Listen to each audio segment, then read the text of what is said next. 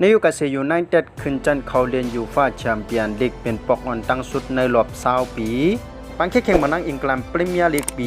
2022ปี2023อัมพวาติเยาปังแข่งกายเยาคึดเทียง1ปล่อยไว้ในคานอโดยจุ่มเตียนในที่1ที่2ที่3และที่4นั่นก็ติได้เข้าการเรียนยูฟ่าแชมเปี้ยนลีกในคานอยก็จุ่มเตียนในที่5และที่6นั่นก็ติได้เข้าการเรียนยูโรปาลีกและจุ่มเตียนในที่7นั่นก็ติได้เข้าการเรียนยูฟ่าคอนเฟอเรนซ์ลีกในคานก้อยกำเร็วเข้าคาไลมาเยา3จุ่มเตียนตีได้เลยการเรียนในแชมเปี้ยนลีกพอปีหน้านั่นในคานอโดยที่1นั่นก็เป็นแมนเชสเตอร์ซิตี้อันเป็นเจ้าของแชมป์พรีเมียร์ลีกในปีในคานอที่2นั่นก็เป็นอาร์เซนอลและที่3นั่นก็เป็นนิวคาสเซิลยูไนเต็ดและที่4นั่นก็เป็นแมนเชสเตอร์ยูไนเต็ดในคานอในก็เตรียมอัพมีลองเพียรพัดสังเยาในคานอโดยจุ่มเขานั้นกึดปังแข่งแทง2ป้อยเลยสังเจว่าเขาเก็บเลยมา1หมายก็เป่งโปตนตาเตเลยเข้าการเล่นแชมเปี้ยนลีกพอปีหน้าเยาในคาอก้อยกำมาในเขาเตวันเอาผู้ทรงต้วยวาสนามาน้องเขากว่าต้วยจุ่มในนิวคาสเซิลยูไนเต็ดออนตั้งที่เขาไปมัดจุกอยู่ที่ในเลยในว่าเขาทบลงหยับจึงหือมาพองในคานอในนิวคาสเซิลยูไนเต็ดไล่เขาปิดยูฟ่าแชมเปี้ยนลีกปอกออนตั้งสุดกดเตเลยว่ากัดด้วยขึ้นมือปี2-2ปี2-3ปุ่นในคานอประมาณนับด้วยขึ้นกดติเลยว่ามีกว่า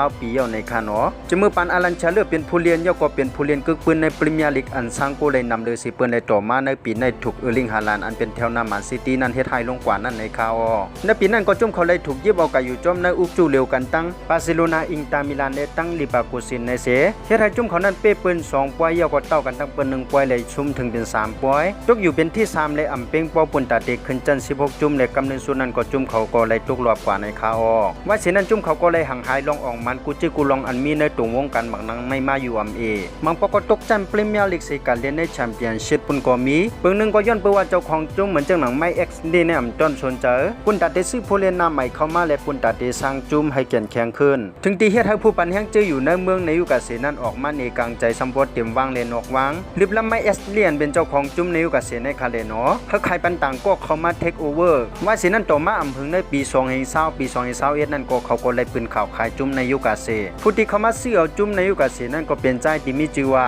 เจ้าใจโปฮัมเหม็ดบินชามังเป็นสัตว์เทพผู้มักมีหลงในเมืองซาอุดิอาระเบียก็เข้ามาเทคโอเวอร์ในคาอว่ากันว่าเป็นสัตว์เทพผู้มักมีอันมีเงินจ้องนำโดยสิเจ้าของจุ่มแมนซิตี้เจ้าของจุ่มแมนยูเจ้าของจุ่มเชลซีและเจ้าของจุ่มลิเวอร์พูลจากกว่าเจอในคาอว่าสิเขาเลยมาเป็นเจ้าของในยุคเกษตรยูไนเต็ดอำเภอเขาก็เนี่ยสร้างนาการในพงยามนั้นในยุคเกษตรอยู่ที่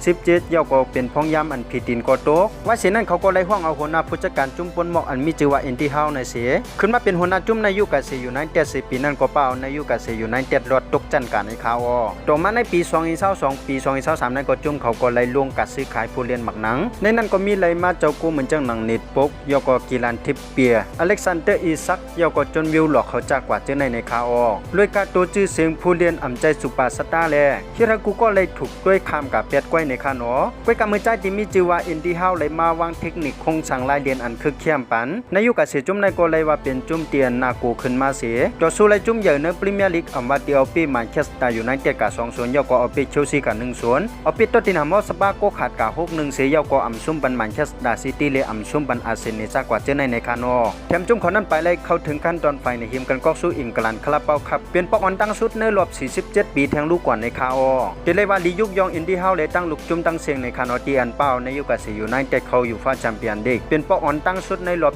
20 ปีในคานอแถมจุ่มเขานั้นไปเลยเงินลงทุนที่ฟีฟ่านั้นแทงลูกกว่าในคานอเขาคำมาไปด้วยจอมกันว่าเนื้อกะซื้อขายผู้เล่นบางนังซ้ำมือในว่าเตซื้อผู้เล่นก็เลยเข้ามาพองในติเป็นอันดีสนใจว่าอยู่ในคานอพอขาดังเสียงทั้งหมดก็มีจังหนังในคานออันนั้นก็เป็นรองตั้งอันมีชื่อว่าในยุคเกษตรยูไนเต็ดขึ้นจันเขาปิดยูฟ่าแชมเปี้ยนลีกเป็นปอกออนตั้งสุดในรอบ20 ปีในคาอสังเกตว่าผู้ทรงต้วยวาสนามาน้องเขาเก็บด้วยทรงต้วยลองข่าวสารมาน้องภายใต้ในก็อย่าลืมนึกไลค์นึกแชร์ยอก็ฝากติดตามบันทั้งช่อง YouTube ข่าวสารมาน้องภายใต้ข่าวพองในคานอกำลังส่วนในก็ข่าวย้อนสู้บันทึกผู้ปันแห่งข่าวสารมาน้องภายใต้ข่าวอยู่ลิมีเงินทางลีกึกปืนกันกูก็กูควรเสกกำข่าวสารมาน้องภายใต้ไม่สงค่า